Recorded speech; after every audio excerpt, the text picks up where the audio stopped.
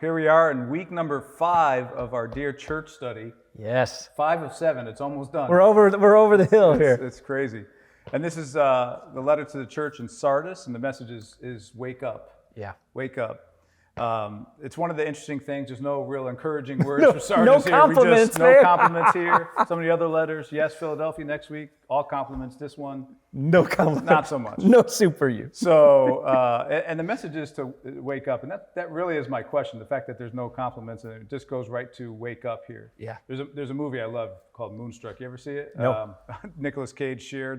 There's a scene in there where he's falling in love with her, but she's engaged to his brother, so it can't happen. And she just slaps him and says, like, wake up, snap out of it, And I wonder if it's just one of those moments here. There's no encouragement. There's no time. We just got to wake you up. Is it just one of those, and again, this is a letter not to just Sardis, but to us. So is it for us just one of those slap you in the face, wake up, Yeah. you're falling in love with the wrong thing here type of moments? Yeah, I wanted to be careful to not overly compare us just to, you want to let the contextualization stay there, but, it is the reality of, he says, you have a reputation of being alive. Like other folks are thinking you're great, but he goes, I'm telling you, you're dead. Mm-hmm.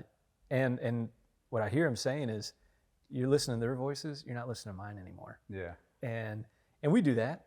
Well, I'm doing pretty good compared to them, or I'm doing pretty good compared to this. And it's like, it's not about how good we're doing compared to anybody. It's are we walking in who Jesus says we're to be and what he's calling us to do. Yeah. So I think that's really the urgency that I picked up as I'm reading this going. And then the more I learned about Sardis, I didn't know in detail until this one.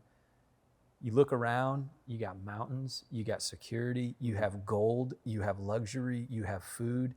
Seem to have everything you need, right? It's like, and I think it was Friedrich Nietzsche, the German philosopher, what he talked about what the Age of Enlightenment did to God. And he said, God is dead and we killed him.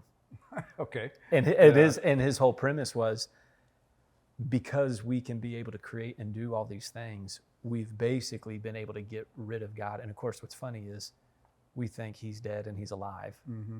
These people in Sardis think they're alive. Yeah. And they're dead. Just the opposite. And it's going, there's so many just some parallels and interesting things that we experience that Jesus is saying, like, church, wake up, man. Be careful about what you're putting your comfort in and trust in. Yeah, so good.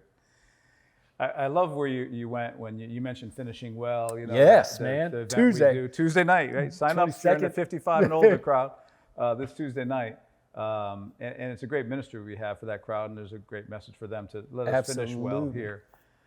But you followed that up with the story of falling asleep at the wheel. And by the way, remind me of that old joke. You ever hear that old joke? We got when I die, I want to go peacefully like Grandpa, not screaming like everybody else in the car he was driving. I have not heard that one. So, but remind me when you talk about the finishing well crowd and then falling asleep at the wheel. Remind me of that story. But we all want peaceful lives, right? Yeah. And this message is obviously not just to the 55 and older crowd, but to everybody. Yeah.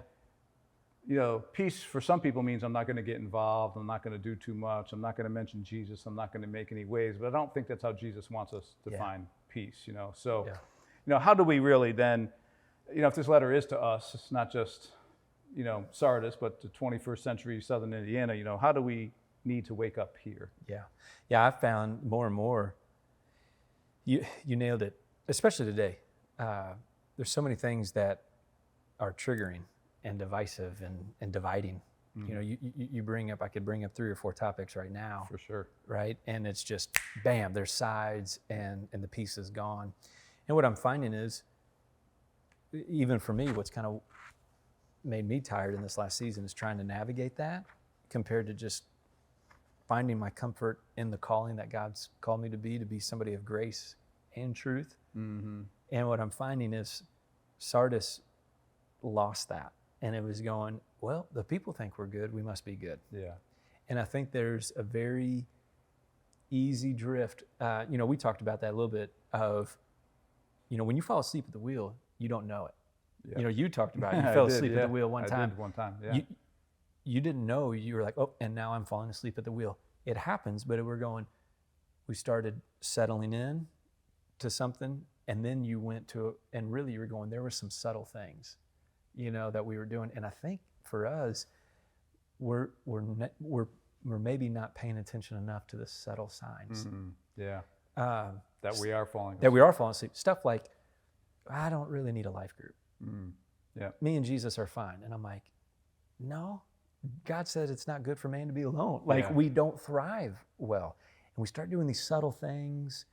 I volunteered for a long time. I don't need to serve anybody anymore. And nothing wrong with taking a break. But man, when we quit using our gifts for God's glory and the good of other people, we start settling in. And you go, man, we're starting to lull ourselves to sleep. Yeah. And we're really not living that. And to me, and I got to be careful because I can be an effort guy. Yeah. But I love when Jesus says, I think it's Matthew 5:6, blessed are those who hunger and thirst for righteousness. Mm-hmm. Hunger and thirst for, like, go after the things There's of nothing God. passive about that. It's active. And he goes, because you're going to be filled. And I think there's a lot of us that we think not pursuing Christ is so we can go be filled. And he's going, no, when you pursue me is how you get filled. Yeah. And I think it's just something that we got to learn how to walk that out together. Mm-hmm. Yeah. Love it. Well, there's a couple phrases you used. I loved one of them. You said, wake up. We need to wake up to our works. Yes. Right? And you had mentioned Ephesians 2 in there and that. It's not just our works, No. but that we're God's handiwork and we're created to do good works. But how do we wake up to our works? Yeah.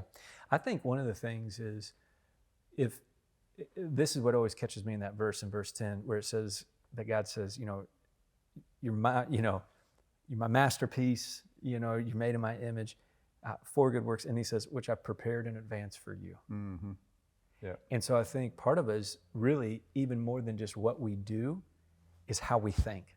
And if I wake up going, there's probably nothing for me to do today, I'll have to create it, I'll never step into it. But if I wake up tomorrow going, God has prepared good works for me to do today. Yeah. He's gifted me by his Spirit. It's not even me.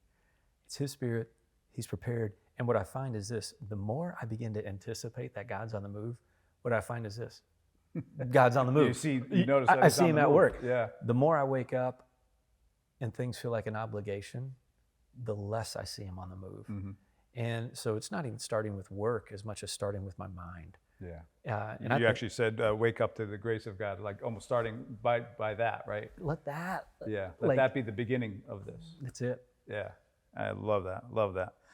Well, some of this is a big challenge to people, right? And we're talking about, maybe waking up to where our complacency here. But, you also mentioned Hebrews 12 here. Yes. It says God disciplines us for our good. Yeah. But, for the people who are maybe feeling a bit condemned by this message, maybe, or a bit like, wow, that's me, Yeah. I need to wake up, I need to do something. But how do we wake up to that, but still not feel that condemnation, but just put it in its proper perspective? Yeah. One of the things that I love, just the phrase that Jesus says there in Revelation 3, where he says, there's some people here in Sardis who, they walk with me. Mm-hmm. Yeah. They walk with me. And what I'm finding is the times that I feel like the Lord's rebuked me or called me out or like, hey, wake up, come back to this, I can go back specifically. Doesn't mean I haven't been doing things for him, but I haven't been doing things with him. Mm-hmm. And I think for us, if we are feeling that, if you are feeling that going, man, I feel just kind of a gut check here and all this other stuff, we get to take hope that he's not just trying to call our actions and behaviors into order. What he's saying is, I want you to walk with me. Yeah. I want you to walk with me through this. And the people in Sardis, not all of them, some of them were continuing to do that, even though it says some of them, their clothes haven't been soiled, meaning this. Some of them, they're not walking around with all the crap of this world on them, you know, and everything. They're walking in this. And I think that's the thing for us to start with is don't immediately go, okay, this week I'm going to do these 3 things so God loves me.